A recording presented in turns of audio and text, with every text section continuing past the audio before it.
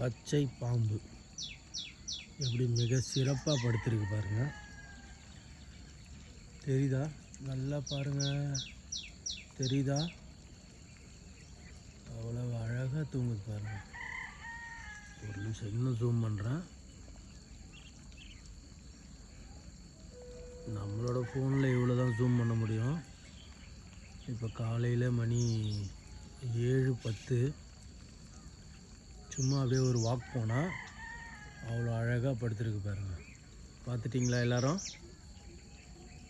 மிக சிறப்பு. உங்களுக்காக இன்னும் கொஞ்சம் கீழே போக முடியுதான்னு பார்க்குறேன்.